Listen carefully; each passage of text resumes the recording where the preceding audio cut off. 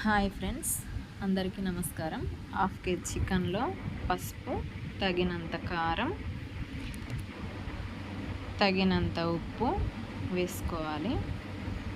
అలాగే అల్లం వెల్లుల్లి పేస్ట్ వేసుకొని ఈ మిశ్రమాన్ని బాగా కలిపి పక్కన పెట్టుకోవాలి.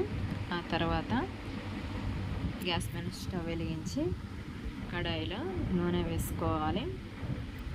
నూనె వేడయ్యాక జీలకర్ర వేసుకోవాలి. ఆ తర్వాత తరిగి పెట్టుకున్న ఉల్లిపాయ వేసుకోవాలి. ఉల్లిపాయ వేసుకొని పచ్చిమిర్చి వేసుకోవాలి.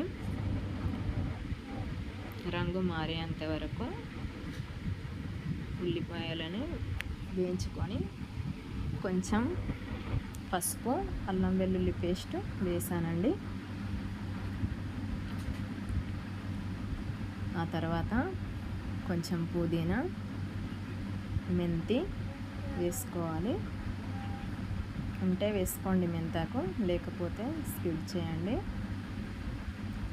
ముందుగా కలిపి పెట్టుకున్న చికెన్ వేసుకొని బాగా కలుపుకొని మూత పెట్టి దగ్గర ఉడికించుకోవాలి. ఆ తర్వాత గరం మసాలా, ధనియా పౌడర్ వేసుకొని ఒక 2 నిమిషాలు మగ్గించుకొని ఆ తర్వాత కొంచెం కొబ్బరి తురుము వేసుకోవాలి, బాగుంటుంది. తర్వాత కొత్తిమీరతో గార్నిష్ చేసుకుంటే ఎంతో రుచికరమైన చికెన్